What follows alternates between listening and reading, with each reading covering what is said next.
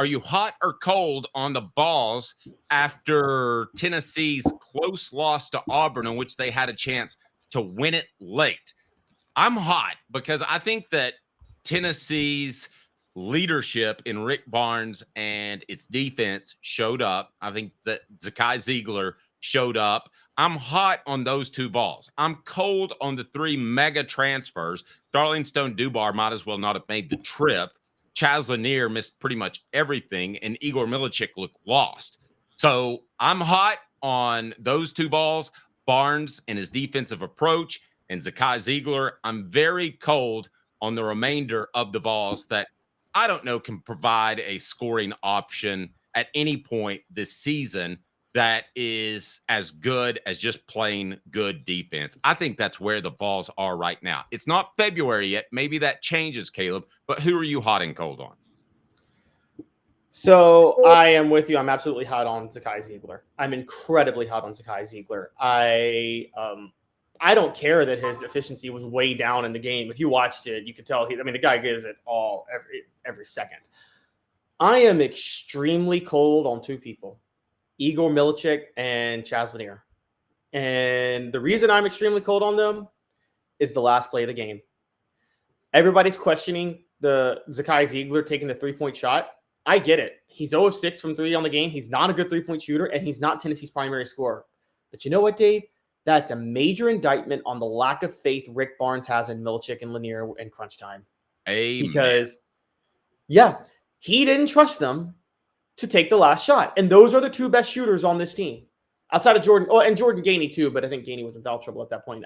But either way, as the starters go, Milicic and Lanier, they were supposed to be so complimentary as elite scorers this year. And I'm sorry, I keep seeing it. Every time things get tight, Chaz Lanier, he chokes. I know he hit that 1-3 late in the game against Auburn. Dave, I'm going to be honest, I think that was a fluke more than anything. I don't think that's par for the course for Chaz Lanier. And I'm seeing more and more and more now to know that Lanier and Milicic melt down when it gets tight. So I'm absolutely cold on those. And I know you're not going to agree with me on this, but I'm cold on Rick Barnes. I think Rick Barnes had his team exert way too much effort for a game that I get they could have won, but it's not a big deal if you lose. And they lost anyway, and it wouldn't have affected their net ranking if they didn't exert that effort. You can't be playing Zakai Ziegler 39 minutes every night in the SEC. It's a grind of a league. You're going to have him gassed by the start of the NCAA tournament when you need him the most. And that was a huge mistake. So our poll question that is on right now, the YouTube page, is brought to you by our friends at City Heating and Air Conditioning. Hot or cold, 50 years in East Tennessee, integrity matters, cityheatandair.com. Is currently the Vols in the transfer portal. Have they done enough, or are you worried? 68% of you are worried. I don't think you should be. 32% are not. So who are you coldest on? Brought to you by City Heating and Air Conditioning. Let's go Barnes. Let's go Chaz. Let's go Igor. And let's go Dubar, as that will be our choices on our YouTube page. We encourage you to like and subscribe. Vote on the poll that will be up there here very shortly. And I'm going to tell you why it should be Dubar. And I think that Caleb has missed the boat a little bit. Hot or cold, brought to you by City Heating and Air Conditioning. Hi, Mike Davis here with City Heating and Air, reminding you to always dare to compare. Our team provides quality local heating and air service, installation, and maintenance across East Tennessee. We use only the best equipment like American Standard Heating and Air Conditioning for your residential, new construction, or commercial needs.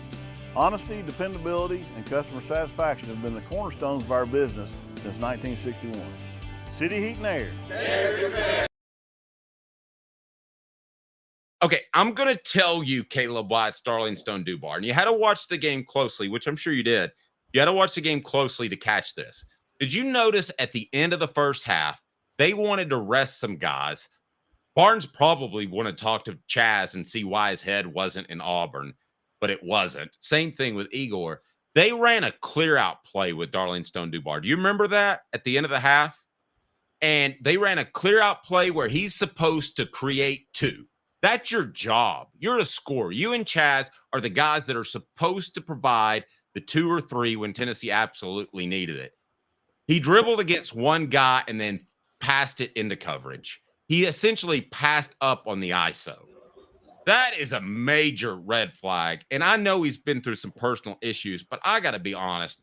I'm much more cold on Chaz or Igor, especially not Rick Barnes, than I am on Darling Stone-Dubar. I just think this season might be a lost cause for him. And I hate that for the personal issues, but I have no reason to think that in March, Tennessee can give him the ball and get a surefire 2. That's just not going to happen. Okay, can I defend Darling Stone-Dubar for a second? Yep, absolutely. How is he supposed – I get it. You want him to ISO. But it's a little rich of Rick Barnes to let me clear out and have Darling Stone-Dubar be my scoring guy. And that's the only minute he plays in the whole game. And he had 7 minutes a game the previous 2. This is my issue with Rick Barnes. He has insisted that it's not for lack of effort. He says Darling Stone-Dubar is bringing it in practice, but he hasn't picked up the defensive schemes.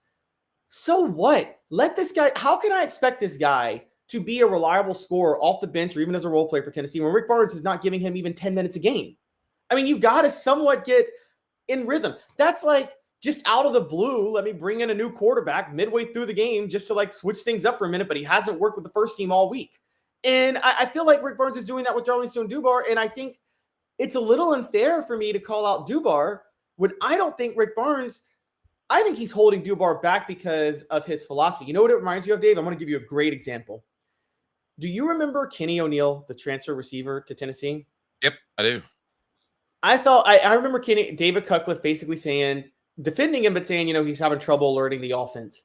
But then I remember Kenny O'Neill was a massive speedster. So in my mind, I'm like, why are you even making him learn the offense? Why not just turn him loose and let him run vertical during the season? But that's what the ISO is. I mean, if you can't go after a guy, maybe you don't beat him, but you get it blocked at the rim, I can live with that. I can't live with you just passing up the opportunity and passing into coverage.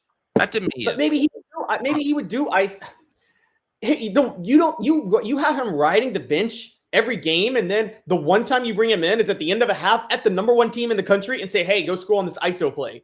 I mean, I know you would say like, well, that's your moment. Take advantage of your moment. But it's like, it's really hard and a lot in that moment to take advantage of the moment when you haven't been playing at all and have barely been a part of the rotation. See, that's my issue with Rick Barnes. And he's living by this philosophy of, oh, you earn playing time. And I'm sitting here thinking, it's not about the kids earning playing time. It's about the other guys needing rest. And he's going to go into the NCAA tournament again, only 6 deep. And I'm not trying – I mean, I get it. He's had some bad breaks. I mean, he expected to have JP Estrella and Cameron Carr. Both are gone now. So it's been difficult for him. Then the Darling Stone-Dubar personal issue kind of held him back. So he's really 2 men down, plus Dubar is not where he thought he would be because of the personal issue. But at the same time, you got to sacrifice some of your philosophy in the regular season, man. It's the regular season. It's January basketball.